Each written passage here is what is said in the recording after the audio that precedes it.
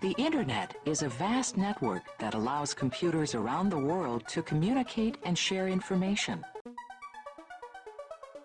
Welcome to the world of Internet Raving and the people that are making it happen.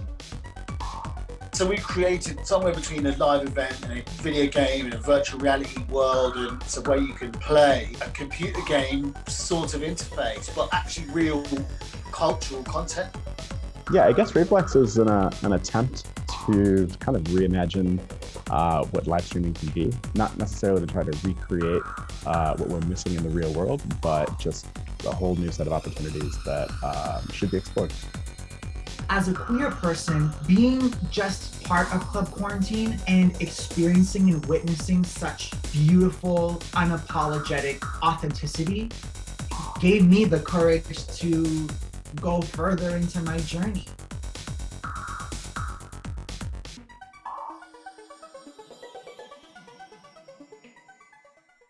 Whether we like it or not, coronavirus has changed the way we live, and one of the hardest hit industries is dance music and nightlife. With social distancing measures in place, it's not feasible to enjoy the energy of a club or to have a dance with your friends in the same way that we once did. But that doesn't mean the end of clubbing, as people begin to create ways to party without leaving the confines of their own homes. It started out as a direct response to the COVID and the initial lockdown in the summer. The creators of Glastonbury Festival's Shangri-La were one of the first to dip their toe into the world of VR clubbing. Obviously, at first we thought about streaming like everyone else in the world, and then we quite soon ended up connecting with this company called Sansar, who spent years and millions developing a gaming and virtual reality platform. Sansar was built by Linden Lab, the creators of Second Life, as a virtual world platform. And as we came out of beta, we realized that the real need was in the concert space and in live events. So we had to spend a lot of nights feeding them content and information, loads of mood boards and things and photographs and video of Shangri-La. It was quite a process, but they totally got it, which is a miracle. Festival goers want that vibe, and Shangri-La, of course, has a very special vibe. Very much attention was paid to the details, so it turns out like you really feel like you're there. From the mud on your shoes, actually, when you go in there, you can see the mud of Shangri-La on the ground.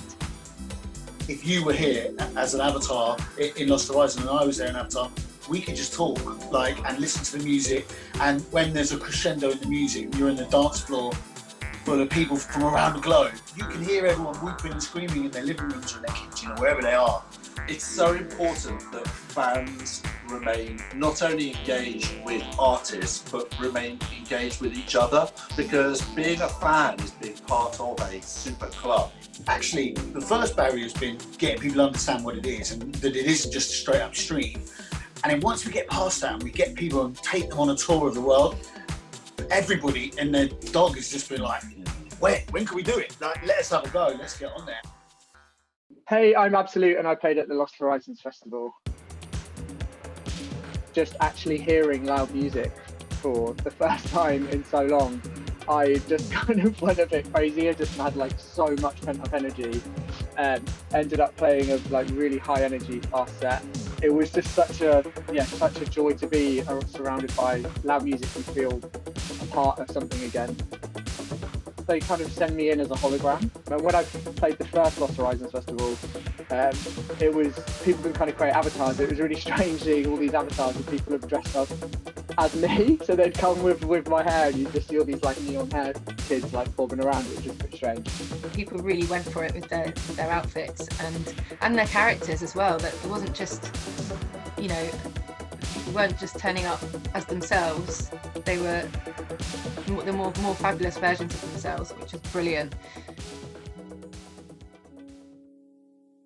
You enter at a spawn point, and before you see a world, and off in the distance you also see what you think, well, that might be a club. So you head into the world to explore, and probably the first place you're going to end up is at that club. Minecraft has become a popular choice for fans wanting to rave online. Raveblock's founders Miguel Senquiz and Johannes Savanian explain why. I guess a couple reasons. One, Minecraft is run on private servers, so the cost is relatively low. And because of the limited nature of it, there's not like a lot of pressure to fill out like an entire Fortnite world with like thousands of players. It's really about like what's interesting, which types of experiences can we create that feel a little bit realistic. Like I think one good example is if you walk between two rooms, you know how you'll sort of hear the clashing of the audio. That'll happen. That's an artifact of the real world that we're able to sort of recreate digitally. What we do is we take a city and we sort of make a collage of existing clubs.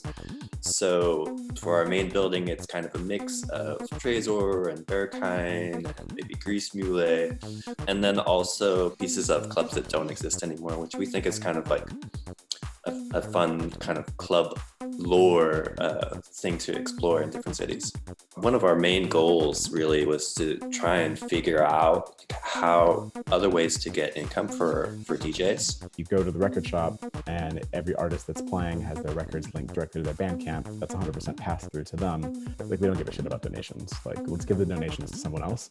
Let's get the artist paid actual money. Because I mean, Minecraft events are happening all the time, but they're all kind of like, I don't know, doing this thing where they're just like booking tons of artists, 40, 50 people over like a 12, 15 hour period, and then taking donations and not giving them to the artists. And it just feels really disjointed and not like programmed very well. And I think this is like where we excel. It's like we've got an audience and a niche and a type of music, and we felt like we could put together like a nice package and see how people respond to it. We've had Laverne Cox, Big Frida. We hosted Lady Gaga's Chromatica release party, like one of the only promos she did for that album. Like, what? They wanted a piece of this. They wanted to see what was up.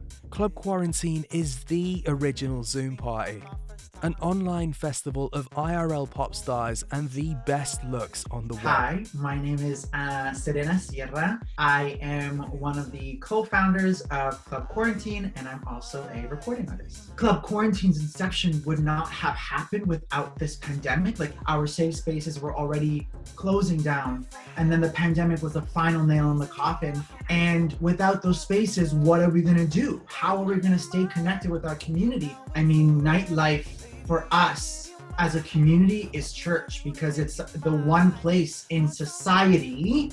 It's sad to even say these things, but it's the one place in society where we feel like we can be. And for people that are living in places where it's illegal to be themselves, or living in situations, in like home situations where they're now in isolation with a homophobic family, and then the only moment they can see themselves on like being represented is when they log in for those 3 hours at Club Quarantine, and so that I take to heart so much when you have people reaching out to us, literally coming from those places being like, I don't know what I'd do without y'all. Like, y'all have given me the will to live. Y'all have saved me. Zoom was the only choice. It was the only platform that we could actually like engage with everyone. We appropriated the most cis-het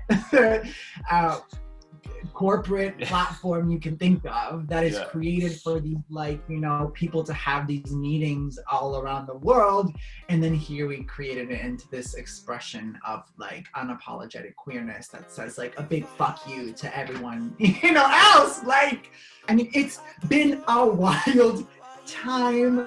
Never in my life thought that I'd be in this place where I'm transitioning, where I changed my name, all these things happened, but I was